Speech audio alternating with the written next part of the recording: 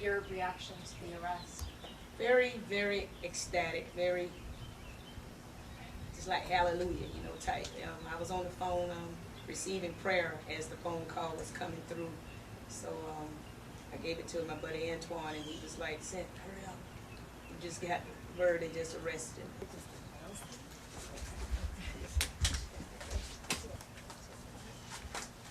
Did they get him at his mom's house? Or? In Clearwater, I don't know where. Get out of the way, you can go. Yeah, gotta be more than 17. Be 18. Wow, adult.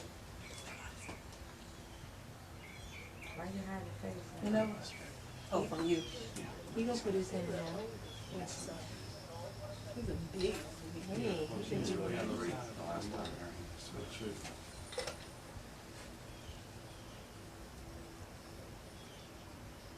Never seen him before. Mhm.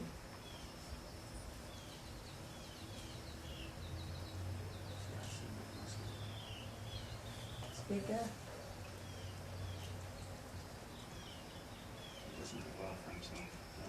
Really? No. No, because the way he's looking. He's a respect man. No. Definitely didn't respect Y'all y'all. laugh from Because people like that, you know, you don't respect yourself, you don't respect other people's lives. And if you live in St. He was Marcus Oliver. Yeah.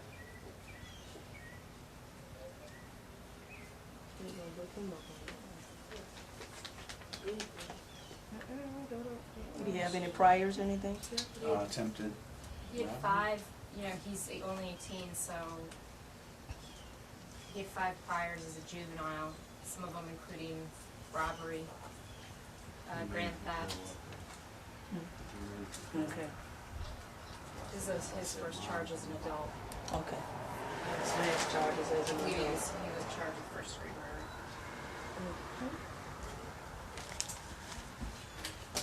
So, Tell me how you're feeling now that you've heard about the arrest.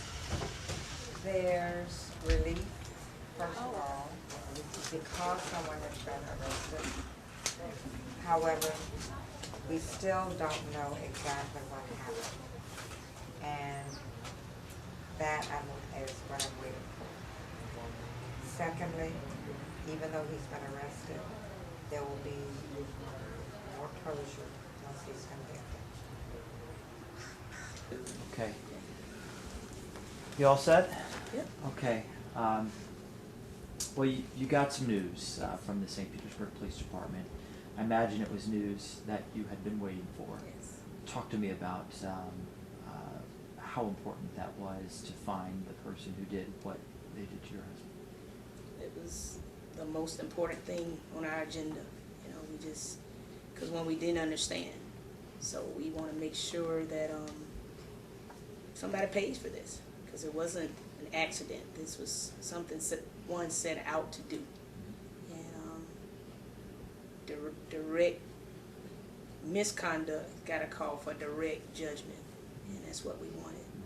And it's not as though, you know, your husband had gotten mixed up with, you know, something bad. I mean, this was, as the police are saying, this was something that could have been any of us. Yes, yeah. He just was out, like I said, enjoying his business, and this guy just felt like he made a decision to do something like this, and he made a bad decision. Do you know much about the young man who was arrested? So I saw his face and never seen him at all. 18 years old. 18 years old. When you see a young man like this, I mean, obviously your husband's life has been taken away, but when you see a young man like this who's got his whole life ahead of him, yeah, it's got to seem like a waste. What are the emotions when you see his face on TV, knowing that he's going to spend a long time behind bars? I hope it's the rest of his life, because he took Kurt life the rest of my life. So I have no sorrow for him, other than he just, somebody failed him somewhere along the way. But see, nobody failed Kurt because he was raised correctly. So, but somebody failed him, and then he failed himself. I asked this 18-year-old as he's been walked towards jail if he had anything to say to you or your family, and he kind of took. There were microphones and swatted away all the microphones and said, I don't have anything to say to you guys. Tell me about your husband and what has been taken away from not only you and this family, but this whole community. He lost somebody who was going to make a great difference in this world. I mean, he was just getting started. And he's already, his friends will tell you, he was already a leader of the pack, as we say. And he could just grab one person and just make such a difference. And he was just awesome. Just an awesome, awesome, awesome man. I mean, he can't be replaced, ever. Be some copycats, but they'll be all counterfeits. And he made a difference in everybody's life he touched. As soon as he smiled, you were hooked. You were just sucked in. That's what happened to me, Got sucked in. Once you start talking to you, you knew he was about something huge. He was a good person. A great person. His character was just awesome character. A lot of people have some flaws in the character. Now, he wasn't perfect, but he had great character. I mean, his aura. Who wouldn't want it? No wonder everybody wanted to be around him. But he was mine. So. This weekend, I've been told the limo companies here in town all want to get together and have a procession of all the limousines. One of the things they want to do besides showing respect to your family is drive throughout this neighborhood where there was, or the neighborhood where there was a lot of violence this past weekend. Three separate homicides this weekend. Do you think that will help get the message across? Because I think that's one thing I would think that you would like to get out there is that, I mean, when you just aimlessly shoot someone, it has such a huge impact. Do you think anything can be accomplished by those limos driving through town? That's like the stretch. So I say I do in Marvins, I'm a stretcher. And just imagine that going through one city block, one street. That's going to say, man, somebody messed up. What's the message? The message is, which maybe you want to say something to the young men of this community, or women for that matter. I mean, there are other kids that might be in a similar situation as the suspect that is accused of shooting your husband.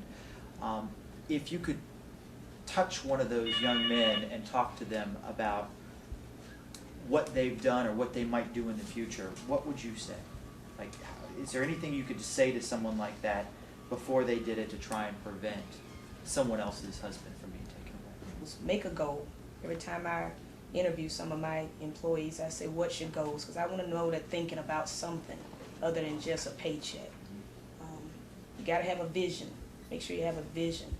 And you got to want to make a difference in the life. Not just your life, but the life of others.